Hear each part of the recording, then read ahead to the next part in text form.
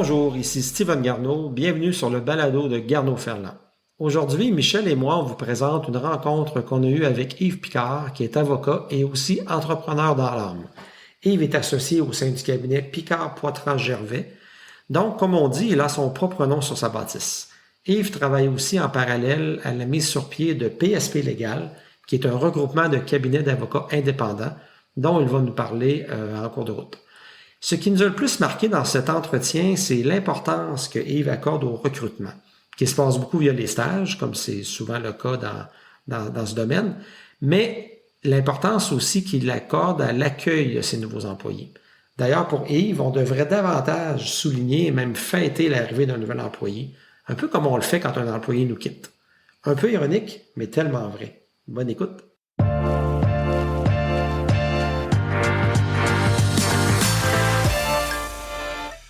Avant de commencer, peut-être, Yves, parle-nous de toi.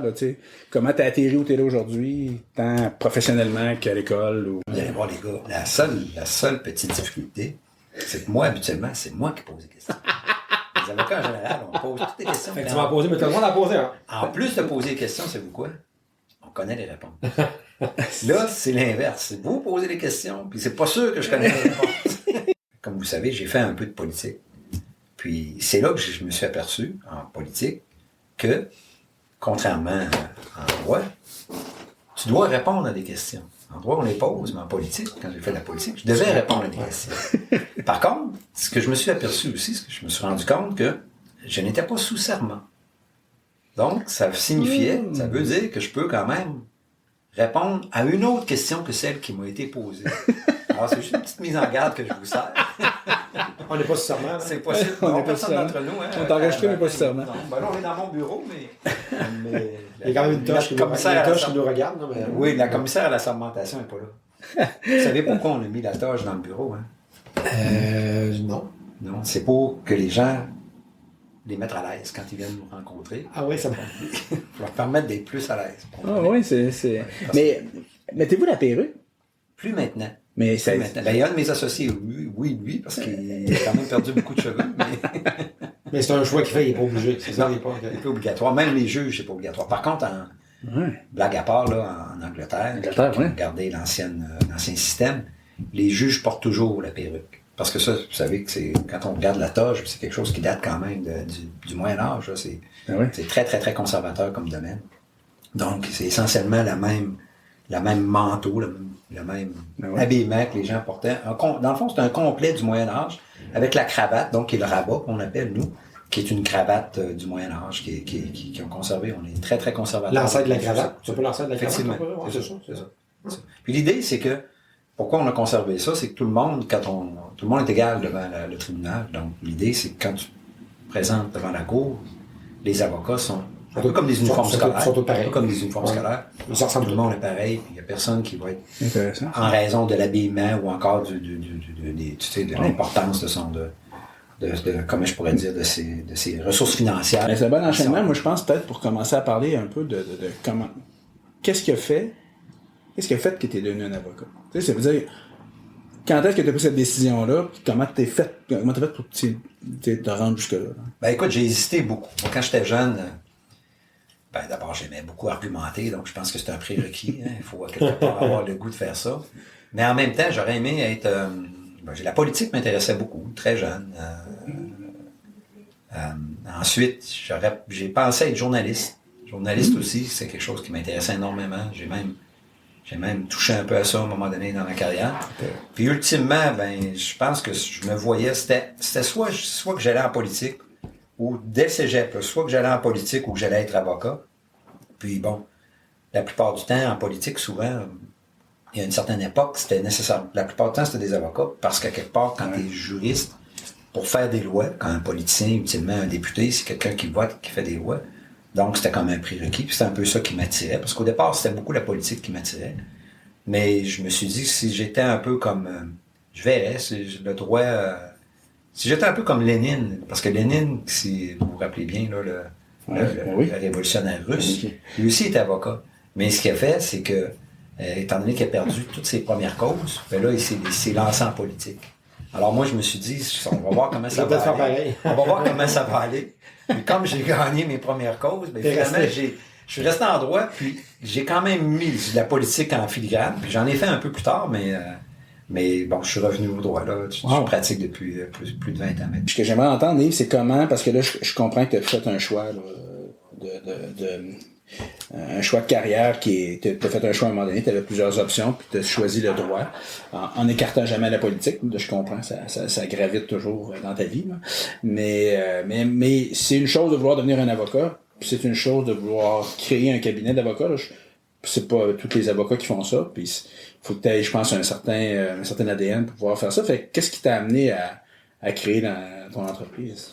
Ben oui, moi je suis parfaitement d'accord avec toi. Écoute, dans mon esprit, c'était clair. C'était pas juste de devenir avocat, c'était de devenir avocat pour fonder mon propre cabinet. Pour moi, c'était Du départ. Là. c'était au départ. Ok, J'étais au ok. cégep, j'avais même pas encore fait mon choix, mais écoute, ça je pense que c'est parce que j'ai une fibre entrepreneuriale qui me provient de mes parents, mes grands-parents, du côté maternel, du côté paternel également. Maternelle, ma mère me disait que sa grand-mère, elle, donc mon arrière-grand-mère, était une chapelière, elle avait une boutique de chapeaux en Gaspésie. Wow. Il y a quand même plusieurs années, là, sans trahir mon âge, on doit parler peut-être de 1826, quelque chose comme ça. Alors, non, sans blague à part, au début du siècle. Puis, mais il reste que les femmes n'avaient pas nécessairement les mêmes opportunités qu'elles ont présentement. Donc, c'était quand même tout un accomplissement pour elles d'être en affaires, d'avoir sa propre boutique, puis d'être...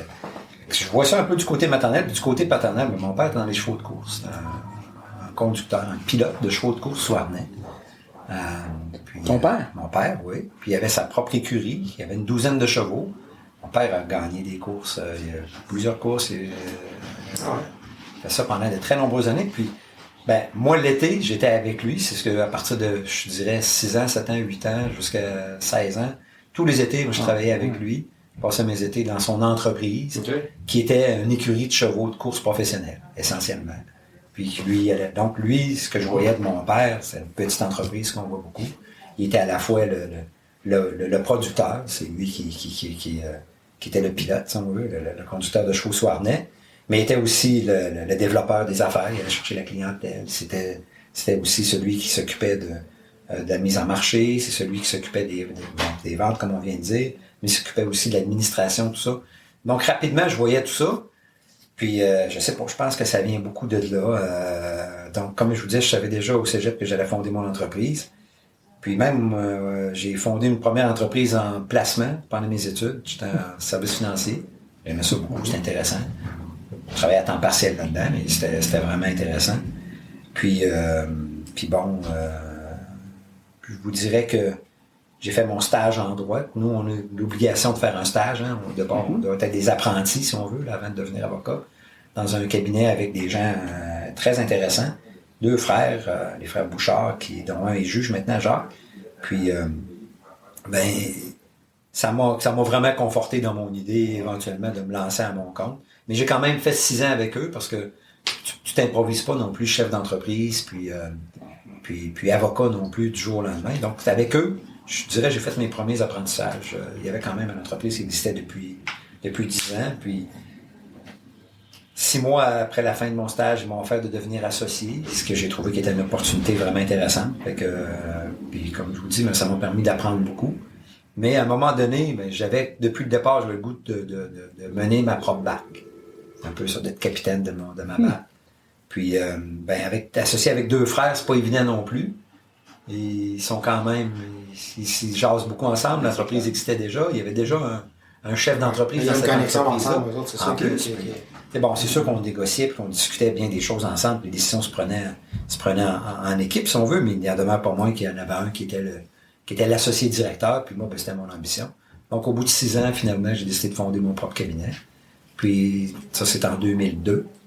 Donc, aujourd'hui, en 2020. En fait, 2003 qu'on a vraiment commencé, mais la décision s'est prise en 2002. Donc, ça fait 17 ans maintenant que notre cabinet existe. Changer de nom parce que la raison sociale est en fonction des associés. Donc, au départ, c'était Picard-Sirard avec Maître Sirard. C'est devenu Picard-Sirard-Poitras. Je pourrais peut-être vous en parler un petit peu plus tout à l'heure. Mm-hmm. Puis, maintenant, c'est Picard-Poitras-Gervais Avocat. Qu'on est affilié à une bannière qui s'appelle PSP Légal. Une question un peu champ gauche, là, mais est-ce que tu te perçois plus comme un avocat en affaires ou comme un gestionnaire qui pratique le droit aussi? Ben, c'est embêtant, hein, mais un avocat en affaires. Écoute, moi, je suis un avocat, je pratique le droit, je plaide régulièrement, j'aime ça. Bien honnêtement, des fois, à la blague, je me compare un peu à Reggie Dunlop dans Slapshot. Le joueur-entraîneur. Et voilà, le joueur-entraîneur, c'est ça. Alors, donc, c'est ce que je fais depuis plusieurs années, mais maintenant, je commence à vieillir un peu. Fait qu'un jour, ils vont peut-être me dire, t'es trop vieux pour continuer de jouer. Reste au bureau. Reste au bureau. C'est intéressant, ça. C'est une belle comparaison. Ouais, j'aime ça.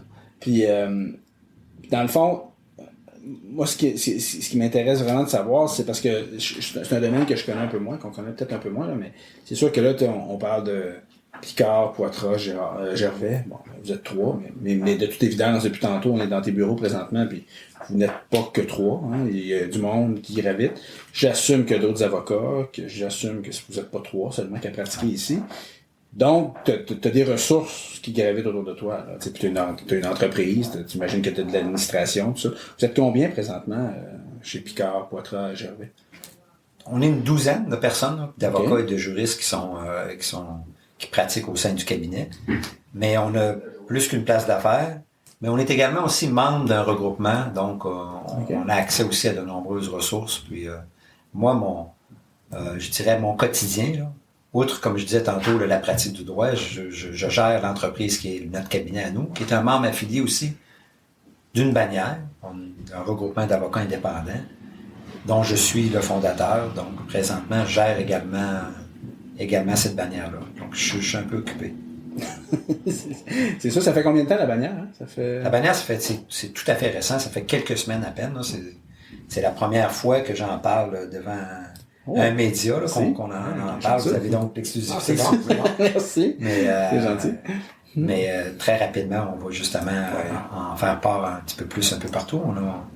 C'est quelque chose qu'on est particulièrement fiers, sur lequel on travaille depuis des années. Oui. Puis quand tu dis on, c'est tes partenaires, en fait. Oui, c'est ça. C'est des partenaires qui sont avocats, d'autres qui sont pas avocats non plus. Okay. Il y a plusieurs personnes impliquées là-dedans. Mais tes partenaires avec qui tu es en affaires actuellement sont dans le... Oui, effectivement. OK, bon, parfait.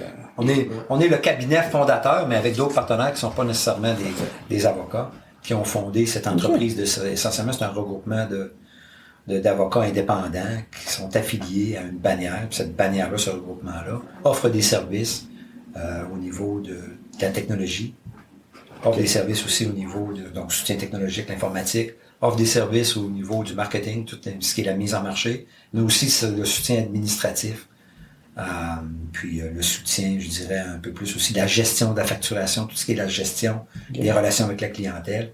Parce qu'au Québec, tout à l'heure, avant de commencer l'entrevue, on en discutait un petit peu.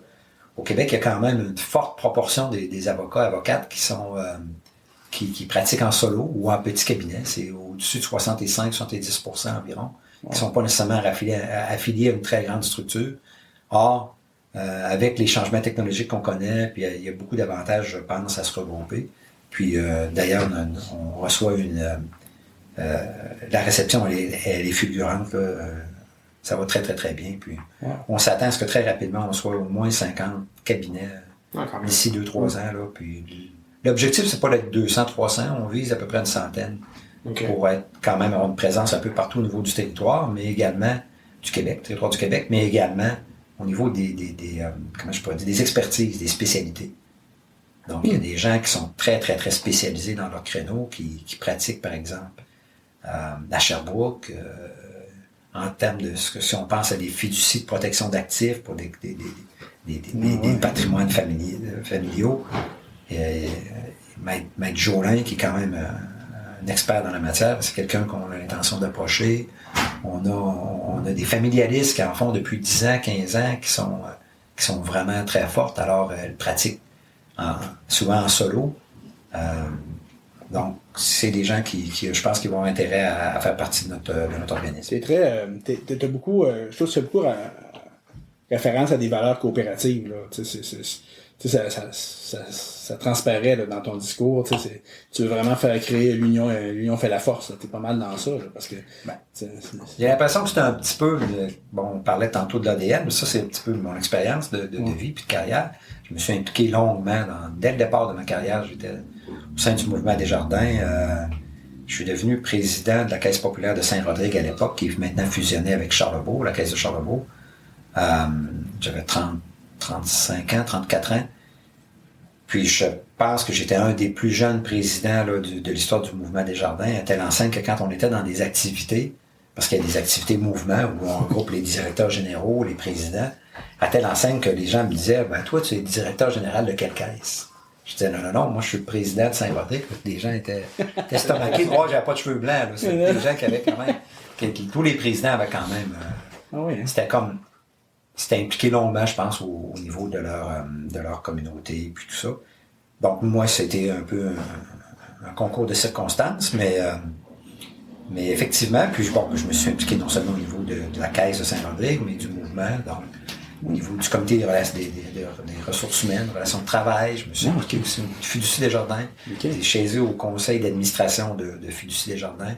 Donc, pendant presque une vingtaine d'années, je me suis impliqué beaucoup dans Desjardins. Puis, effectivement, je pense que pour moi, Desjardins, c'est une des plus belles réalisations, réussites collectives des Québécois. C'est vraiment, on s'est tous travaillé ensemble pour accomplir quelque chose qui nous a permis de grandir et d'avancer. Ah, c'est clair. J'aborde dans le même sens, c'est sûr. Là, écoutez, peut-être nous parler de tes activités quotidiennes, parce que dans le fond, on parlait tout à l'heure d'une équipe d'une douzaine de professionnels là, qui gravitent autour de toi dans ton organisation. Puis c'est sûr que j'assume que comme n'importe quel business, tu as du mouvement de volume. Là, des fois, tu as plus de dossiers, des fois, tu en as moins. Puis, admettons, s'il arrive une situation où tu sens que tu as besoin d'un avocat ou d'un juriste supplémentaire dans ton équipe, là, comment tu t'y prends pour recruter? C'est quoi ta stratégie de recrutement pour dire je vais aller chercher des ressources là, puis, pour mon entreprise? Comment ça fonctionne dans ton entreprise? Ben, un peu comme je disais tout à l'heure, avec la bannière, de plus en plus, on a des alliances stratégiques avec des collaborateurs qui proviennent un peu partout au Québec, qui sont des spécialistes dans leur domaine. Mais sinon, si je me ramène vraiment à notre cabinet, qui est Picard Poitras Gervais, qui est un des membres affiliés du regroupement, ben nous, on a développé un genre de programme d'internat et de recrutement d'étudiants qui ultimement vont devenir des stagiaires. Parce que comme on disait tout à l'heure dans notre domaine, là, je parle vraiment des ressources des juristes, parce qu'il y a deux types de ressources chez nous. Il y a des juristes, puis il y a également du personnel de soutien.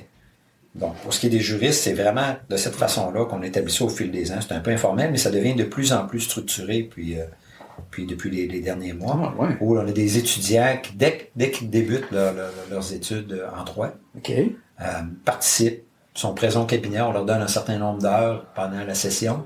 L'été, on leur donne un peu plus on travaille un peu plus avec eux, un peu plus d'heures au cabinet. Sinon, ben, c'est la même chose, il y a une certaine, comment je pourrais dire, au niveau des étudiants, ça gradue, hein, comme vous savez, donc ils deviennent éventuellement, après l'Université Laval ou d'autres universités, ils deviennent étudiants au barreau. Donc ça, c'est donc à ce moment-là, on leur offre un petit peu plus de disponibilité, on a un peu plus on les appuie, mais on fait un peu de mentorat aussi envers eux. Donc nos étudiants sont vraiment, moi je considère qu'ils sont privilégiés. J'espère qu'ils ont la même vision. Voilà, on les appuie. On les rencontre. C'est ça, vous leur posez la question. On les rencontre à 4 heures. On leur pose la question. Mais on leur permet dans le fond de s'épanouir et d'apprendre beaucoup plus rapidement. Lorsqu'ils arrivent au barreau, ben, déjà, ils ont quand même une connaissance de ce que c'est que la pratique quotidienne dans une firme privée. Quand même, un cabinet privé, c'est pas nécessairement un contentieux de grande entreprise. C'est pas une multinationale du droit. Nous, on est une entreprise à dimension humaine. Mais bon, ils savent un peu qu'est-ce que c'est que le travail quotidien des avocats. De telle sorte que lorsqu'ils arrivent chez nous, plus tard, parce qu'on est habituellement, si on est satisfait, puis l'idée, c'est éventuellement qu'ils vont être des stagiaires chez nous. Le stage, c'est une durée de 6 mois. Donc, lorsqu'ils sont stagiaires, ils ont eu une expérience concrète. Puis, à partir du premier jour de leur stage, ils sont en mesure de faire du travail, d'être efficaces. On n'a pas nécessairement tout leur apprendre, des choses qui sont quand même de l'ABC. Ouais, c'est ça, vous les avez tricotés. Faire en sorte que très, très, très rapidement, ils sont en mesure de passer à une vitesse, moi je dirais, supérieure. Puis puis de faire du travail qu'un jeune avocat junior ferait dans sa première année. Bien entendu, on les laisse pas aller, on les appuie, on les laisse pas on les laisse pas seuls dans ce travail-là, mais on les appuie, puis ça leur permet d'avoir pour nous ce qui est vraiment, je pense, quelque chose de Puis comment vous entrez en contact? Comment vous entrez en contact avec ces gens-là la première fois, mettons, là, tu disais des fois ça commence au tout début de leurs études, mais vous recevez une liste des étudiants de l'université, vous avez des activités de réseautage avec l'université. Comment ce sont les contacts-là? En fait, c'est aussi simple qu'au départ, lorsqu'on recherche des stagiaires, nous on a toujours un ou deux stagiaires. Presque toujours on a 2 stagiaires, donc des stagiaires du barreau, qui font un stage pendant 6 mois. Puis par la suite, la plupart du temps, on leur offre une opportunité, pas toujours, bien entendu, mais la plupart du temps, l'idée, c'est éventuellement qu'ils pourraient s'intégrer à l'entreprise. Mais on a toujours 2 stagiaires. Puis, ces jeunes-là, eux-mêmes en connaissent d'autres. Puis eux-mêmes nous font des références. Donc, c'est un peu de cette façon-là qu'au départ, on a fait des offres pour l'offre comme telle pour les stagiaires, ça se fait à l'école du barreau. Mais ça se fait aussi à l'Université Laval ou à l'Université de Sherbrooke. Un service de coordination ou quelque chose du genre. Effectivement, sur des babillards, il y a un service comme tel. Donc, on fait cette offre-là, où on leur dit on est intéressé. Mais depuis quelques années, là, depuis peut-être 1 an et demi, on a véritablement un programme de mentorat, d'internat, qui fait en sorte que on invite les jeunes dès le départ, peut-être la 2e année, pas la première année, parce qu'il faut quand même qu'ils apprennent un petit peu plus le droit, mais dès la 2e année, on les invite à faire partie à postuler chez nous. Puis souvent, c'est sous forme de référence aussi. Parce que comme on a déjà d'autres étudiants... c'est des bouche-à-oreille, puis l'emploi comme ça. D'ailleurs, présentement, on a 5 personnes qui nous ont été référées. On a un peu l'embarras du choix. Okay. Mais moi, je crois beaucoup dans les références parce que le vieil adage qui s'assemble se ressemble, je pense que jusqu'à maintenant, on l'a pas mal vu. Je suis curieux de savoir, tu dis que t'as comme 5 candidats, t'as probablement pas de place pour les 5. Voilà. Comment tu vas choisir? C'est quoi les critères qui font bouger l'aiguille pour toi?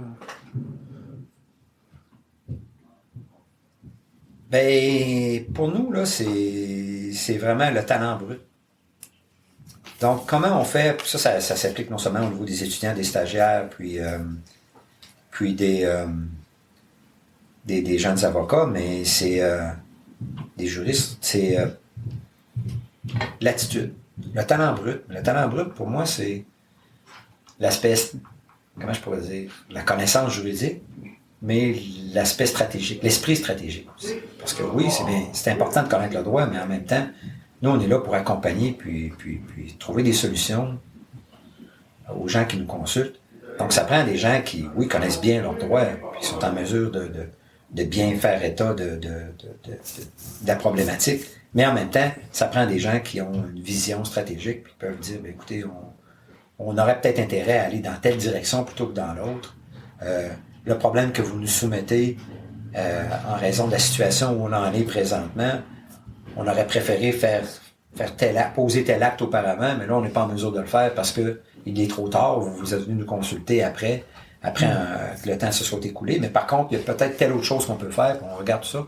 Donc, moi, ça me prend ce que nous, je dis moi, mais nous, ce que nous recherchons, c'est des gens qui ont cet esprit-là pratique, très pratique. Pratique. Puis ensuite, l'attitude. L'attitude, ça, écoutez, je pense que vous le savez, hein, vous êtes des gens d'affaires, vous autres aussi, vous en avez...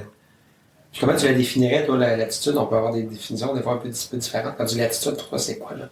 C'est le fait avec vos valeurs d'entreprise? C'est qu'ils pensent comme toi? C'est qu'ils comment tu le définirais, là? Écoutez, moi, je vous dirais, là-dessus, c'est... Oui, il faut qu'on ait des affinités dans les valeurs d'entreprise puis dans nos valeurs à nous. Est-ce que ça signifie qu'ils doivent nécessairement penser comme moi ou comme nous? Non.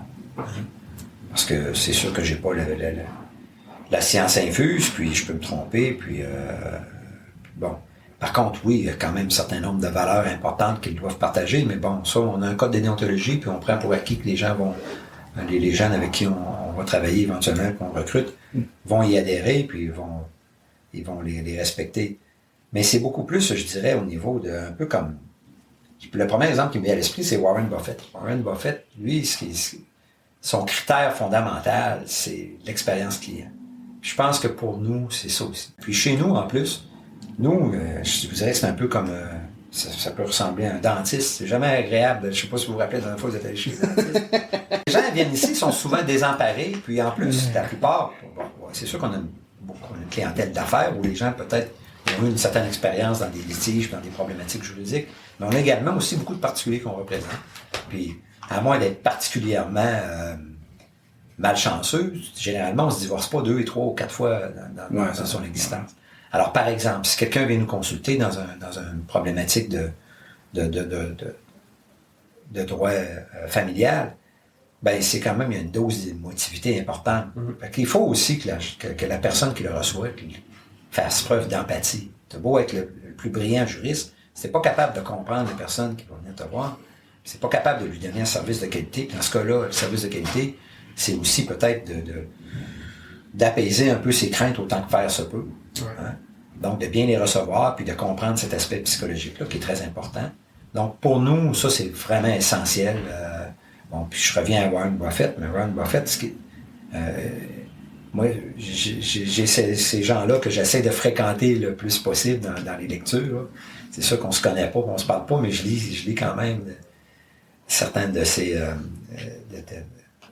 où j'écoute même des podcasts. J'écoute beaucoup de podcasts. D'ailleurs, en passant, c'est vraiment une belle opportunité pour moi d'être avec les autres, les gars. Merci beaucoup de m'accueillir. Mais, donc, j'écoute des podcasts, justement, de quelqu'un comme Warren Buffett. Puis, lui, une des raisons pour lesquelles il a investi beaucoup dans une entreprise qui s'appelle Entreprise, des locations d'automobiles. Puis il avait investi aussi dans une entreprise, j'oublie le nom, mais c'est une entreprise de vente de meubles là, qui était dans sa communauté à Omaha. C'était vraiment l'aspect du service à la clientèle. Lui, ce qu'il disait, c'est qu'essentiellement, on se rappelle pas nécessairement de la chemise qu'on a achetée ou encore du vêtement, mais ce qu'on se rappelle par contre, c'est de l'accueil qu'on a eu, puis de l'expérience d'achat, l'expérience client.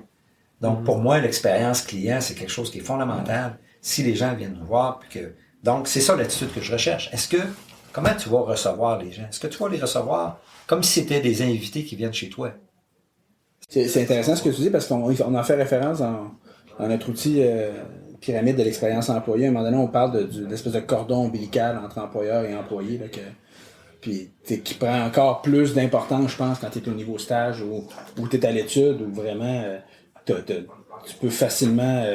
le mentorat prend toute sa raison d'être parce qu'en plus tu es à l'étude. Hein? Fait que ce cordon-là il est encore plus serré, on dirait. Là, c'est intéressant. Là, c'est un bon lien à faire parce qu'on en parle C'est tout à fait l'exemple que tu disais tantôt. Mettons, tu parlais d'un magasin, tu dis tu te souviens pas de la chemise que tu as achetée, mais tu te souviens de l'accueil que tu as eu. Mais des fois, c'est un peu ça aussi à l'échelle d'un employé dans une organisation. Tu sais, des fois, tu n'as peut-être pas interagi très longtemps avec une personne au début qui t'a mentoré ou qui t'a accueilli, mais toi, tu vas t'en rappeler longtemps. Tu sais, justement, parce qu'il y a un nid qui se forme, il y a un cordon. Là. C'est clair.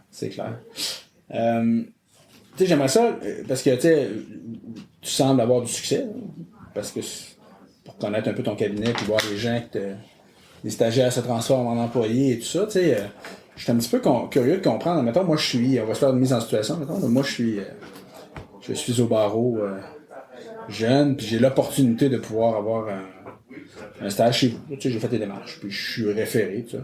Comment ça se passe ma première journée? Moi, j'arrive là le matin, là, je garde ma voiture en avant ici, là. Tu me dis, peut-être que c'est pas ici que tu vas m'accueillir, je sais pas, mais je m'en vais où, là? Enlevons la pandémie là, de l'équation pour le moment, là. Mais tu sais, admettons, là, comment ça se passe, mon arrivée chez vous? En fait, on a travaillé beaucoup là-dessus aussi, parce qu'on parlait de l'expérience client tout à l'heure. Pour nous, c'est une valeur importante. Mais il y a aussi l'expérience employé, disons-le comme ça, je sais pas si c'est le bon terme, mais de plus en plus on dit la marque. Notre première conférence s'appelle l'expérience employée. C'est bon. C'est un bon terme. Hein, parce que de plus en plus la marque employeur, c'est important, puis on sait qu'avec la pénurie de la main-d'œuvre, avec la situation actuelle, mais même à ça, malgré, je pense que ça, c'est des nouvelles données, peut-être que tout le monde ajoute dans l'équation, mais qu'on aurait toujours dû avoir, parce que ça revient à ce que je vous disais tantôt, l'attitude de l'employé. Il faut que l'employé doit nécessairement être heureux. La personne, puis je dis employé, c'est le partenaire, c'est l'associé, c'est les gens qui sont au sein de ton entreprise. Là. Ces gens-là doivent nécessairement être heureux. Donc, une des façons qu'ils sont heureux, puis qu'ils se sentent épanouis, puis qu'ils vont aller un peu plus loin, ben c'est qu'eux autres mêmes soient bien traités. Donc, l'expérience employée, hein, c'est important. Donc, qu'on leur démontre qu'on a non seulement le souci du client, mais qu'on a le souci d'eux, pour qu'eux ils puissent comprendre tellement que c'est important. Donc, pour répondre de façon plus précise à votre question, ta question, Michel, c'est essentiellement que c'est pas le premier jour que ça commence, nous. Bon, il y a des entrevues d'embauche.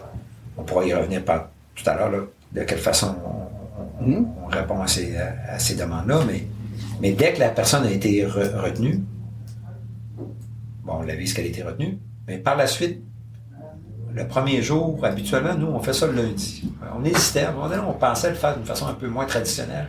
Le faire le vendredi, accueillir les gens. Parce que souvent, le vendredi, on a un petit peu, on peut respirer un peu plus, puis les gens seraient un peu plus... Mais bon, on s'est dit, non, on va quand même le faire le lundi, c'est plus simple. Mais par contre, on leur envoie quand même une invitation officielle. C'est le jeudi, avec un kit, avec vraiment de l'information. À quelle heure sont attendus, on leur envoie l'information, un manuel d'employé, toute l'information qu'ils vont avoir, qu'on leur remet normalement dans le cadre de la première semaine. Maintenant, on leur remet avant même leur arrivée ici. Puis effectivement, c'est ici que ça se passe au cabinet. Donc la première journée, le lundi, on les accueille, mais on a une personne qui est chargée de les accueillir, donc un parrain ou une marraine. Sa responsabilité pendant toute la période, parce que, bon, je disais tout à l'heure, il y a un maître de stage. Si on parle des juristes, là, parce qu'il y a quand même 2 catégories d'employés, les juristes et le personnel de soutien. Si on parle des juristes, il y a un maître de stage, mais il y a aussi ce qu'on appelle, nous, dans notre jargon, un maître de stage officiel et officieux. Donc, cette personne-là est le parrain ou la marraine qui va accompagner cette ressource-là, ce nouveau stagiaire-là, tout au long de son stage.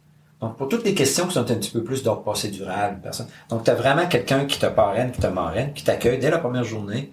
Habituellement, c'est à 9 heures. Autant que possible, bon, c'est sûr qu'on ne peut pas toujours le réaliser, mais autant que possible, on veut que tous les associés soient présents. Parce que comme on disait tout à l'heure, il y a 3 associés dans le cabinet, mais on a une équipe plus importante. On souhaite que tous les associés soient présents pour l'accueil et aussi que les autres membres de l'équipe soient là aussi pour l'accueil. Mais bon, à la limite, c'est pas nécessairement toujours possible, mais ce qui est incontournable, c'est que le jeudi suivant, dans la première semaine, on va avoir un lunch. On va vraiment accueillir la personne, soit un peu plus informelle, après qu'elle ait passé plusieurs jours avec nous, où là, on veut vraiment faire une fête. Parce que l'idée, un peu, ça vient pas de moi, là, mais je regrette, là, je peux pas en attribuer la paternité à la bonne personne, je me rappelle plus où j'ai lu ça, mais souvent, les gens, quand ils quittent, on leur fait une fête. Vous savez, hein, quand une personne prend une retraite. 5 à 7 de départ. 5 à 7 de départ, tout ça. Mais bon, oui, c'est bien, c'est correct. Mais en même temps, moi, je pense que c'est un 5 à 7 d'arrivée, c'est une journée d'arrivée. C'est attacher l'importance à la personne qu'elle ne se sente pas désemparée, puis qu'elle comprenne qu'elle est bien accueillie, mais aussi qu'elle est un membre important. Donc, c'est pas quelqu'un qui va venir nous déranger, que c'est un peu qu'elle arrive sans cheveux sur la soupe. C'est très, très, très encadré. Puis ça, je vous dirais, c'est de plus en plus comme ça. Bien entendu, on a des lacunes, là. On le fait pas toujours aussi parfaitement qu'on souhaiterait le faire, mais pour nous, c'est très, très, très important.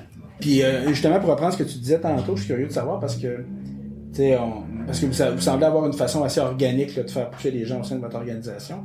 Mais là, tu me parlais d'entrevues, parce qu'il y a des référencements, mais l'entrevue, tu me parlais un peu du processus, là, parce que cette fameuse entrevue-là, est-ce qu'elle arrive avant le stage ou dans le fond avant l'embauche? C'est comment que... Où placez-vous ça? L'entrevue initiale. Oui, l'entrevue initiale. Ouais. C'est sûr que les étudiants, lorsqu'ils ont fait un certain nombre d'années, parce que comme je disais, c'est la 2e année, en droit, c'est 3 ans d'études. Donc, première année, deuxième année, 3e année, habituellement, on les aurait déjà recrutés, puis ils nous supportent, puis ils travaillent avec nous. C'est essentiellement du travail clérical qu'ils vont faire. Un petit peu de recherche, des fois, sur certains éléments. De la rédaction aussi, un petit peu, mais je dirais un petit peu plus au niveau du site Internet, les blogs, des choses comme ça, où on leur demande de vulgariser un petit peu plus le droit pour que les gens comprennent un peu plus qu'est-ce qu'on fait. Donc, on identifie rapidement, puis il y a certaines étapes. Donc, on va les rappeler l'année suivante. Parce que, bien entendu, ils ont du potentiel, puis au niveau de l'attitude, de la qualité du travail. Bon, par la suite, lorsqu'ils arrivent au barreau, comme étudiants du barreau, l'été auparavant, la plupart du temps, on va les faire travailler un peu plus, mais en même temps, on les a identifiés également comme étant éventuellement des stagiaires chez nous. Rendus au moment de cette étape-là, eux, ils s'attendent. Une des raisons pour lesquelles ils vont appliquer chez nous, c'est pour aller chercher de l'expérience concrète dans un cabinet, mais en même temps aussi d'avoir une opportunité pour faire un stage, parce que on appelle ça la course au stage. C'est pas toujours facile de trouver un stage, de trouver un stage intéressant. Alors souvent, pour eux, dire, ben, je commence déjà à avoir un lien avec une firme, un cabinet d'avocats, au cours de mes études, c'est intéressant. On n'a pas inventé ça. Les très, très grands cabinets, ils le font depuis de nombreuses années. Mais nous, encore une fois, je dirais que nous, on le fait un petit peu plus à la dimension humaine, en ce sens qu'on est un peu moins nombreux, on est plus proche des jeunes, puis on leur fait, j'allais dire faire plus confiance, mais pas nécessairement ça. On leur permet de s'épanouir peut-être plus rapidement que dans des structures plus rigides. Parce que oui, on a quand même des programmes assez précis, mais ça reste que c'est quand même pas, on n'est pas enfermé dans un carcan bureaucratique aussi lourd que des multinationales du droit ou encore le gouvernement provincial ou fédéral. OK. Puis c'est-tu ce genre d'argument-là que tu mets de l'avant, toi, quand tu rencontres quelqu'un, mettons que tu dis la course au stage, des fois, ça n'a pas l'air évident pour tout le monde de se trouver un bon stage. Mettons que quelqu'un, moi, je suis stagiaire en devenir, et j'ai 4 places à aller. J'ai le choix entre 4 places. Là. Toi, qu'est-ce que tu vas te donner comme argument là-dessus pour dire, gars, viens donc le faire chez nous ton stage. T'sais, nous autres, c'est ça qu'on t'offre. C'est un peu ce que tu viens d'expliquer, dans le fond, dimension humaine, puis ou y a-tu d'autres choses que tu... Argument massue, on est chanceux quand même. Pour l'instant, on parle de pénurie de main-d'œuvre, mais dans notre domaine, là, on a beaucoup plus de candidats que nous avons de postes à pour les stages. OK. Alors, c'est encore un peu comme, je dirais, comme au siècle dernier. OK. C'est les gens qui souhaitent. La pénurie n'a pas changé tant que ça pour vous, Non, votre les façon gens, au niveau notamment. C'est un peu un investissement, en fond. Hein? Effectivement, on investit beaucoup, mais en même temps, on les prendra pas tous, pas nécessairement. Hein. On a quand même une certaine capacité d'accueil. On peut pas engager 25 personnes l'an prochain. Là. Il faut y aller graduellement. Vous savez ce que c'est, là, le développement des affaires. Oui, encore faut un peu. C'est le fun, c'est bien de développer, mais en même temps, il faut s'assurer d'avoir la rentabilité puis s'assurer aussi de la capacité d'accompagner à la fois les clients puis les gens qu'on va recruter. Mais par contre, je pense qu'on se démarque un peu à ce niveau-là, comme société. Nos stagiaires, depuis le tout début, là, ils ont des expériences, moi je crois, là, inégalées. Là. On leur permet vraiment là, on leur permet d'avoir un stage qui est remarquable. Pas seulement de faire des recherches, pas seulement que de faire des vacations, puis se déplacer, puis déposer des documents.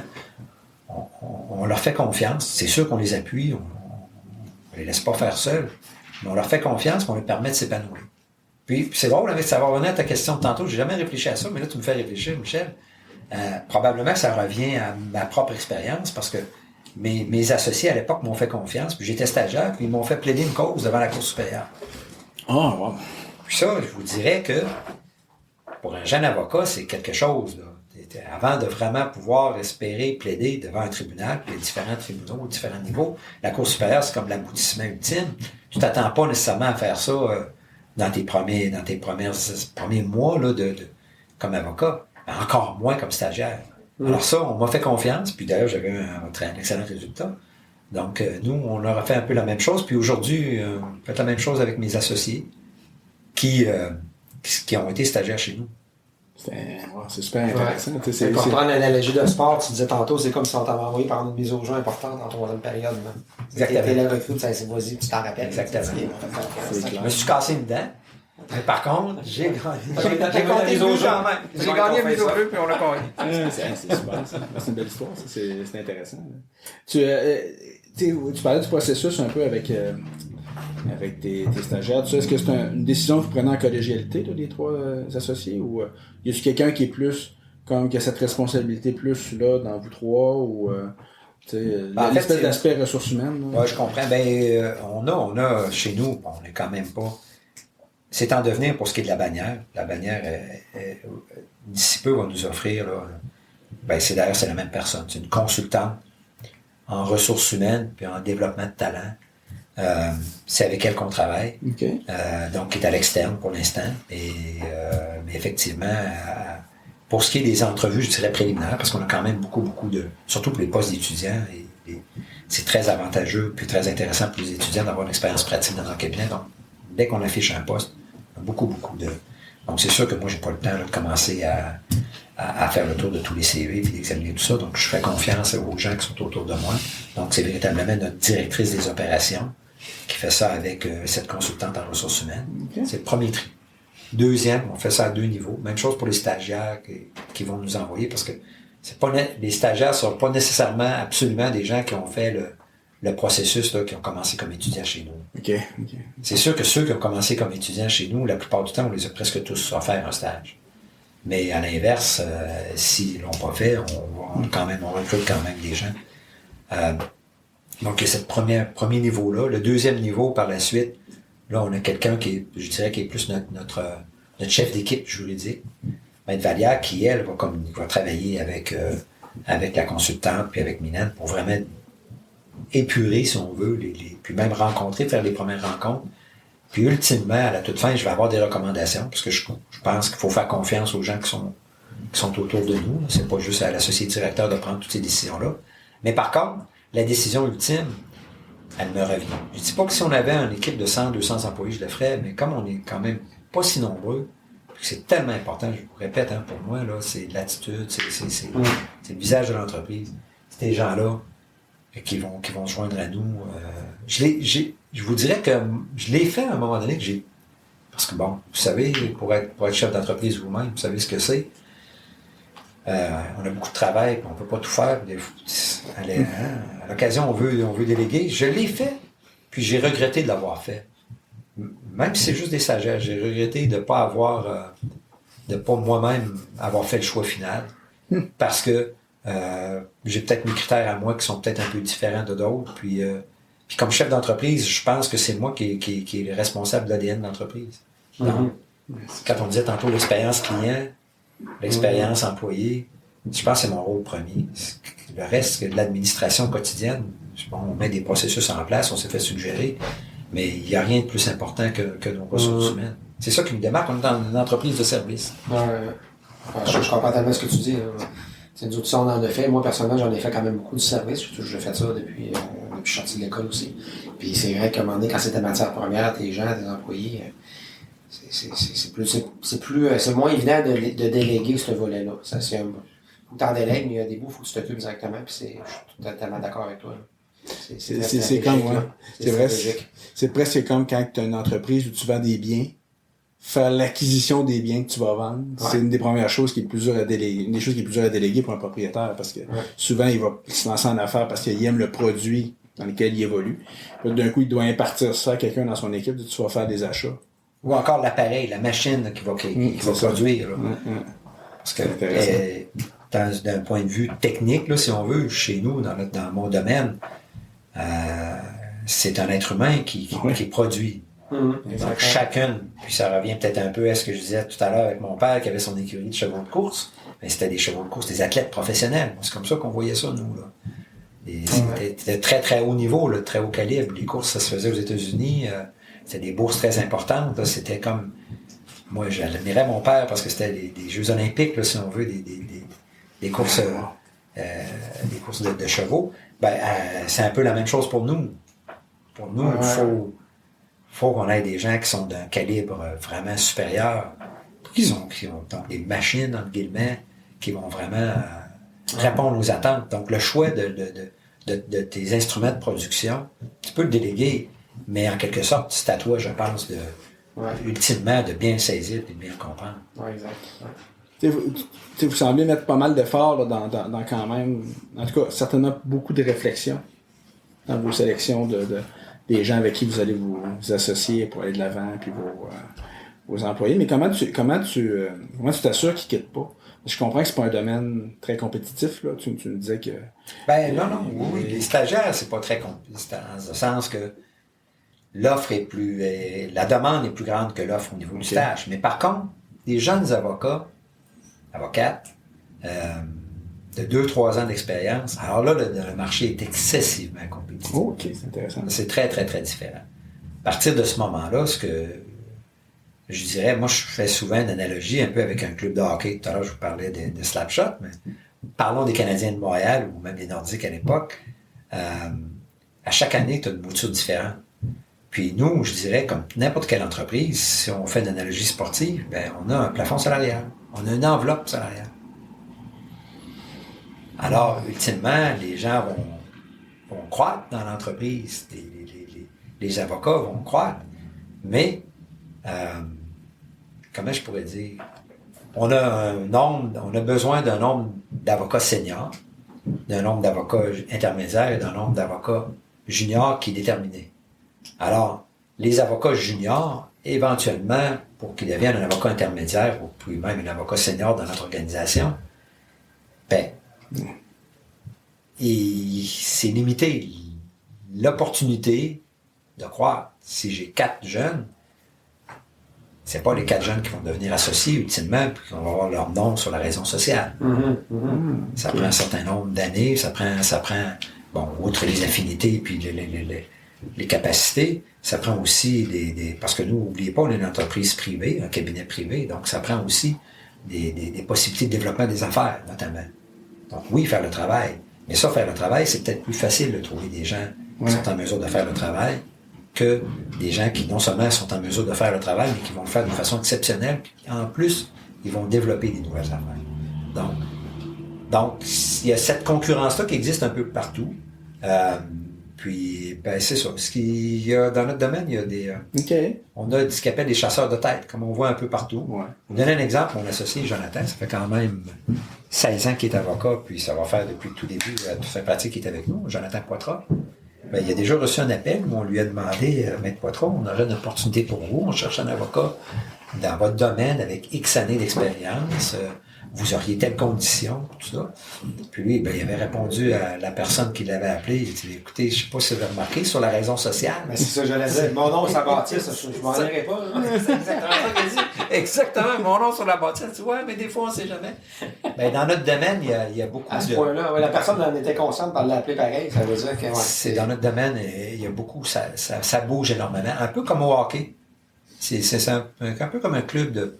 Je dis le hockey, mais ça peut être un club d'athlètes professionnels, n'importe quel sport. Les gens ont, pour un oui ou pour un non, ou pour toutes sortes de considérations, vont dire, ben, mon sort est peut-être... Je pense que je vais améliorer mon sort, je vais aller à tel endroit ou tel autre endroit. Par contre, dès qu'ils sont... C'est un peu, ça revient à ta question, comment on fait, dans le fond, pour s'attacher un peu les personnes. C'est dès qu'elles sont associées ou qu'elles ont un intérêt dans la société ou dans l'entreprise, ça devient plus difficile. C'est pas impossible. Ouais. C'est pas impossible, ça va arriver qu'ils vont comme... Il y a des cabinets qui explosent, qui imposent pour toutes sortes de considérations. Mais nous, ce qui a fait notre succès, ben essentiellement, c'est d'ailleurs, je vous dis, les 3 principaux associés du cabinet, ben c'est des gens qui ont fait leur stage ici. Avec moi, c'était moi d'ailleurs leur maître de stage, ou 2, à Jonathan, puis à David Gervais. OK. Puis là, on a un jeune avec nous, Raphaël Parot, qui lui, avec qui on développe un nouveau cabinet sur la Rive-Sud. Donc lui aussi, il a fait son stage. Alors c'est souvent des gens qui ont la croissance s'est faite à l'intérieur de l'entreprise. Mais par contre, on a aussi des gens qui ont quitté, qui sont revenus au bercail. Et qui ont vu que le gazon n'était pas nécessairement plus vert.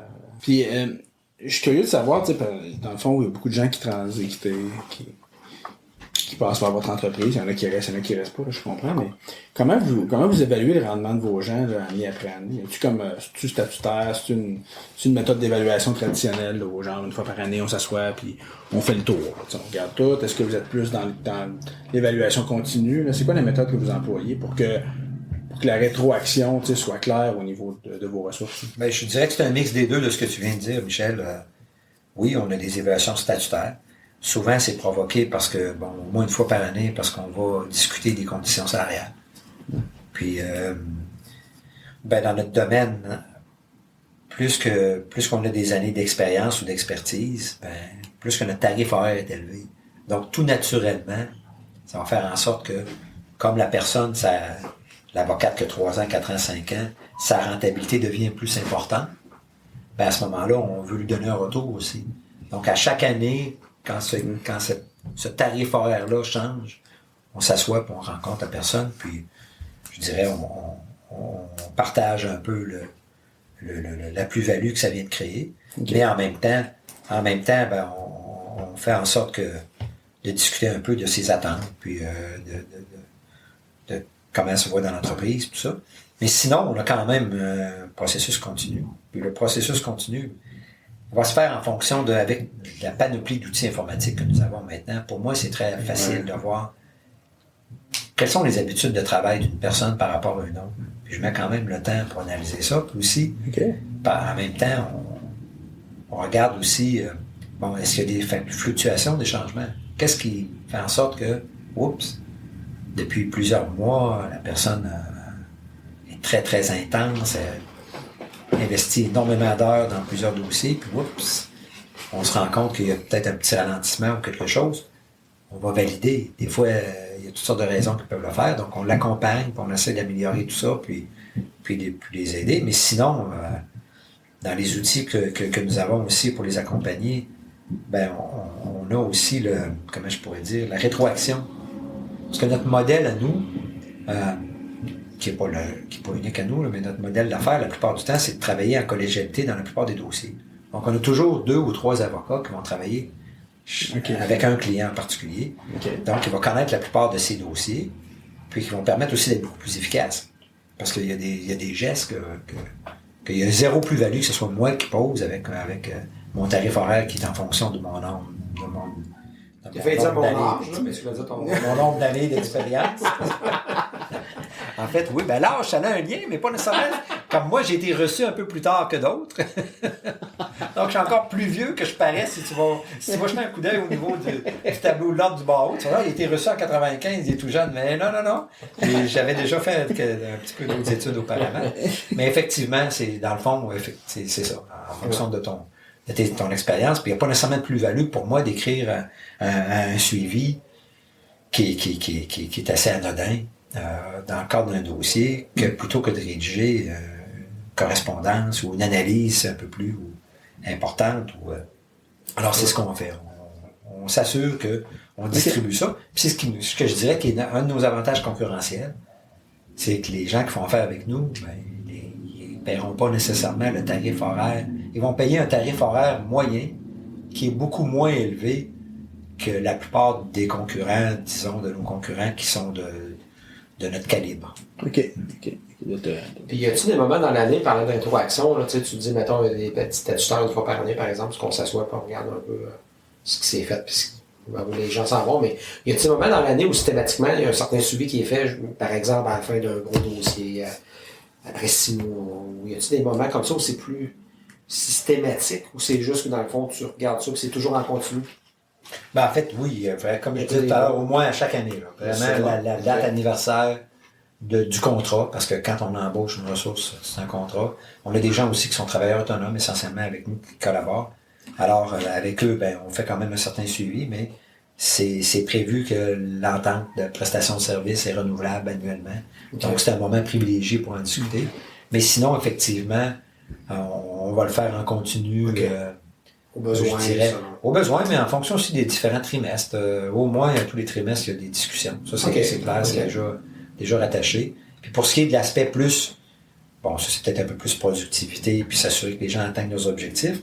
Mais pour ce qui est de l'aspect, je dirais plus travail dans un dossier, donc qui est plus l'aspect accompagnement juridique, ça, on le fait en continu, parce que comme je disais tantôt, je travaille avec, je suis avec Mel Vallière, je suis avec la stagiaire Élise, on travaille dans plusieurs dossiers ensemble, avec Hugo à Montréal, avec Maria.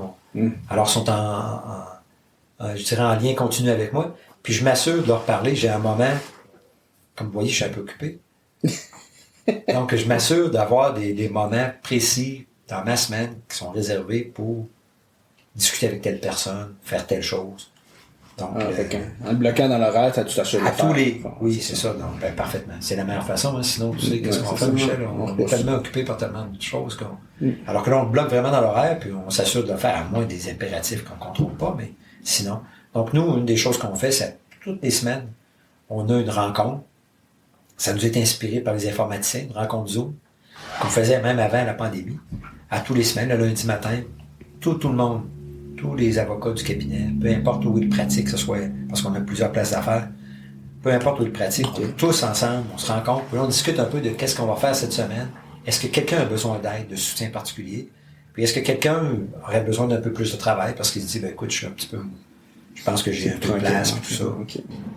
Quel conseil tu donnerais à un jeune avocat qui sort du barreau et qui dit, moi, je veux partir de ma boîte.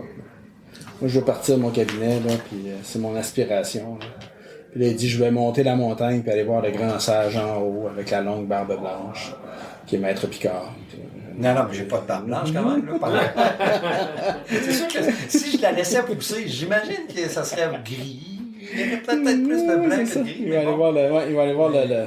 Mais il reste que celui qui a une barbe blanche, c'est une barbe, c'est-à-dire dans notre cabinet, c'est Maître Poitras. Je sais pas, remarqué tantôt, Jonathan, mais elle n'est pas blanche. Non, elle n'est pas encore blanche. Mais il est sage. Pas pour être sage, il est très sage. Mais si tu allais à promulguer là, un conseil, dis-moi, si tu as une chose à me dire, là, j'ai besoin d'un conseil, quelque chose que je dois faire absolument ou que je ne dois pas faire absolument, ce serait quoi, tu me dis? Ben écoute, structure-toi. Mets en place une structure. Pas nécessairement très lourde. Faut pas que ça soit trop lourd. Faut que ce soit malléable. Mais mets en place une structure.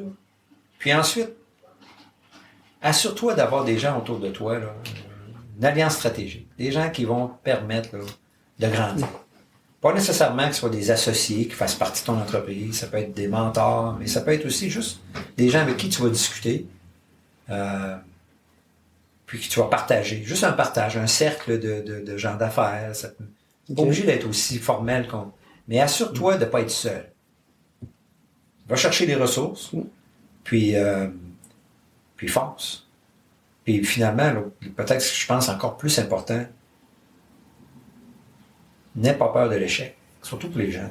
Quand tu commences dans la vie, tu as peu ou peu de choses à perdre. C'est le meilleur moment pour prendre des risques, puis prendre des risques importants. Tant qu'à prendre un risque, surtout quand tu commences. Les Anglais disent « fail big ». Tant qu'à te planter, plante-toi. C'est bon, ça. D'une façon importante. Mais la meilleure façon, bien entendu, on souhaite personne que ça n'aille pas bien.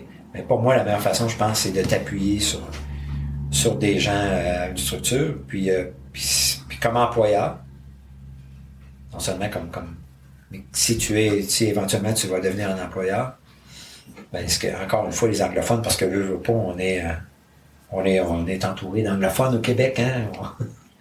Ils disent, il y a un adage que j'aime beaucoup, tu dois être slow to hire, but quick to fire. Puis ça, là, ça, je vous dirais, c'est pas évident. Surtout quand tu es un chef d'entreprise. On rend pas toujours service à l'employé non plus, je veux dire, en s'acharnant, c'est pas le bon terme, mais en faisant perdurer une situation. S'il y a quelque chose qui marche pas, là, tu sais. Nous, tu dis, je veux passer à l'entreprise, mais même, on n'aide pas souvent l'employé en étirant la sauce avec une situation qui est insoutenable, tu sais. T'as parfaitement raison. Des fois, la personne, moi, ça m'est déjà arrivé dans ma vie, tu sais, des gens qui, t'as recroisé un petit peu de tard, me disaient, tu sais, finalement, tu sais, avec le recul, j'ai compris que ça ne pouvait pas marcher avec nous autres, puis là, je suis mieux où je suis rendu pour toutes sortes de raisons. T'as parfaitement raison. Mais on veut tellement que ça fonctionne. Non, c'est ça. C'est pas notre réflexe de penser de même, mais à un moment donné. Je pense qu'on sent un sens de responsabilité quand on embauche quelqu'un. Je pense que ça rejoint, au départ, on parlait du fameux cordon ombilical. Il se crée dans les deux sens. Il se crée pour l'employé qu'on embauche envers nous parce qu'il dit, moi, je m'attache à toi. Tu deviens quelqu'un d'important dans ma vie. Là, puis pour nous, ben, ça nous s'attache. Ouais, ça, on se donne une responsabilité en apprenant dans notre équipe en disant, je vais m'occuper de toi. Là. Fait que c'est sûr que mais là, on parle d'une personne en particulier, mais je pense que l'ensemble des gens avec qui on travaille, des employés, des ressources d'entreprise, quand tu es un chef d'entreprise, tu peux pas. Ils sont importants pour toi. Là. Donc c'est clair que pour nous, là, pour vous donner un exemple concret, la pandémie, là, au mois de mars, quand ça nous a frappé, là, tout le monde, là, qu'est-ce qui va se passer demain? Là? Bon, est-ce que moi, je peux vous dire, j'avais pas, comme un peu tout le monde, on a des craintes pour nous personnellement, mais c'était pas ma crainte première là, de dire, bon, qu'est-ce qui va se passer? Est-ce qu'on va avoir des difficultés financières importantes? Moi, c'est si on a des difficultés financières importantes, quel sera l'impact sur nos ressources? Qui est-ce que je vais devoir mettre à pied? Parce que vous savez, on l'a tous vécu rapidement. Ouais. La plupart des entreprises ont mis rapidement les gens à pied. Ouais. On savait pas où Puis la plupart du temps, ça revient un peu à ce que je vous disais tantôt, c'est les jeunes qui ont écopé. beaucoup d'entreprises, ils ont gardé des anciens et plus anciens, parce que bon, c'est un peu notre modèle. En même temps, bon, dépendamment soit syndiqué ou pas, mais il reste que c'est souvent les plus jeunes qui écopent. Ben, moi, c'était une préoccupation, puis nous, c'était une préoccupation pour nous. Ce qu'on voulait, c'est que tout le monde puisse continuer de recevoir leurs émoluments, puis qu'ils soient payés régulièrement, puis qu'il n'y ait pas d'inquiétude. Donc, on peut pas être chef d'entreprise sans se soucier de ses employés. Mais ce que je dis, mon point, c'est plus de dire, oui, mais te soucier de tes employés, ça veut dire... Ouais. Ça veut dire qu'à un moment donné, le maillon faible, mais en même temps, je suis d'accord avec toi. Ce que tu disais tantôt, Steven, effectivement, il n'est pas plus heureux. Non. Non. On l'oublie des fois, mais il n'est pas plus heureux. Puis tu sais que ça va finir comme ça de toute façon. Exactement. Puis l'idéal que tu essaies vers lequel tu veux qu'il tende, mais il ne sera pas capable de l'atteindre. Alors qu'ailleurs, il va être très heureux, il va faire quelque chose d'autre.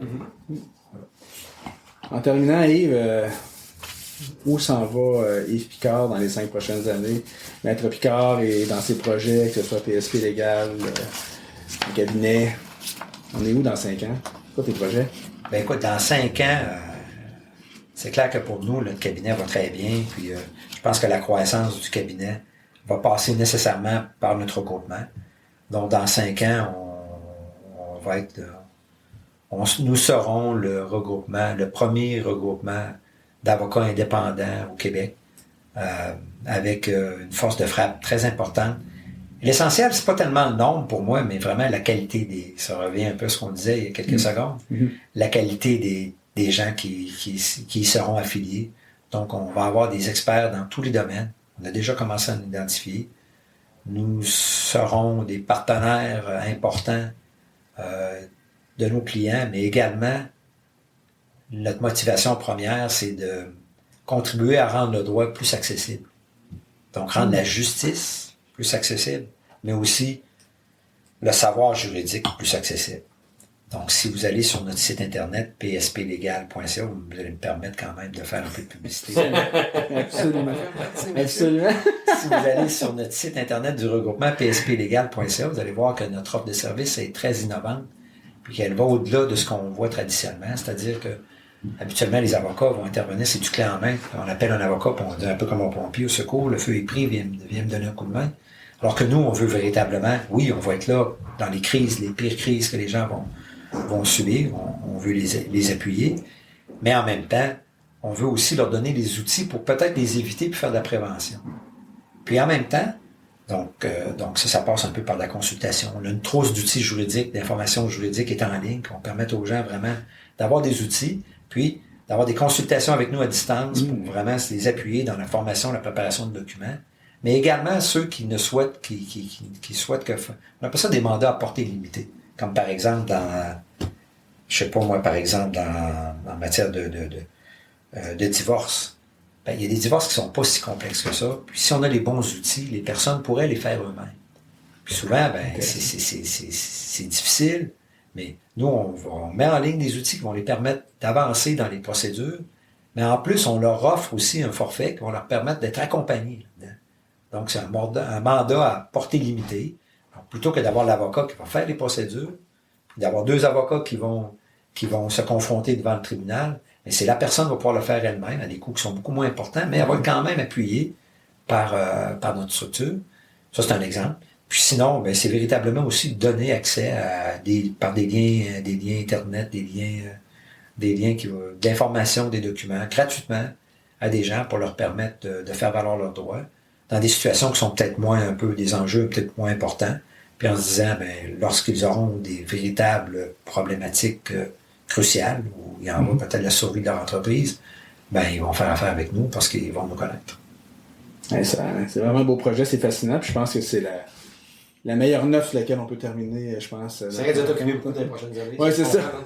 Certainement. Mais je pense que tu vas devenir un manager qui pratique une fois de temps en temps. Ben, possiblement. Comme on disait tantôt, Reggie Dunlop éventuellement. Hein? Vous savez qu'est-ce qui est arrivé? Ouais, maintenant, ce que j'apprécierais, messieurs, c'est que dans 5 ans, on se rassoit. Pas nécessairement ici, mais on se rassoit avec le même micro. On fait un nouveau podcast ensemble. Ah, ben oui, pourquoi pas? Tu me lances un défi, c'est bon. Ben, c'est pas un défi, c'est plus que c'est vous qui me lancez un défi. Vous allez m'obliger à rendre des comptes et à dire, bon, où en sommes-nous? Excellent. On s'y engage. On s'engage. Merci, messieurs. Merci à toi d'avoir pris le temps de nous avoir accueillis. Puis, dans toute ta sagesse et ta barbe blanche, je suis bien content de t'avoir reçu. Puis, c'était un plaisir, c'était vraiment fun. J'en ai appris beaucoup, en tout cas. Ouais, Vraiment beaucoup. Est-ce que je vais juste rajouter une petite chose? Ouais, absolument. À vos auditeurs, s'il vous plaît, allez consulter mon site Internet, pas pour ce que je vous ai dit tout à l'heure, mais juste pour voir ma photo. Vous allez voir que Michel Ferland, actuellement, fait beaucoup de diffamation. Parce que j'en ai pas de barbe, elle n'est pas blanche. Vous allez voir sur ma photo. Non, mais je parle du livre dans 5 ans. Ah bon, mais là, Dans 5 ans. ça, il y a des fortes chances. Il y a des fortes chances après une présidence, ça, c'est l'idée. ça. Allez, merci beaucoup, Yves.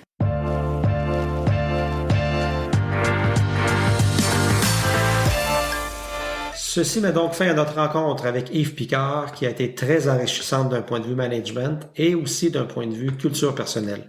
On peut dire que Mike et moi, on en a beaucoup appris sur le monde des juristes et on espère que c'est aussi votre cas. En terminant, je vous invite à vous rendre au garneauferland.ca pour vous tenir au courant de nos prochains entretiens. Merci d'être là. À bientôt.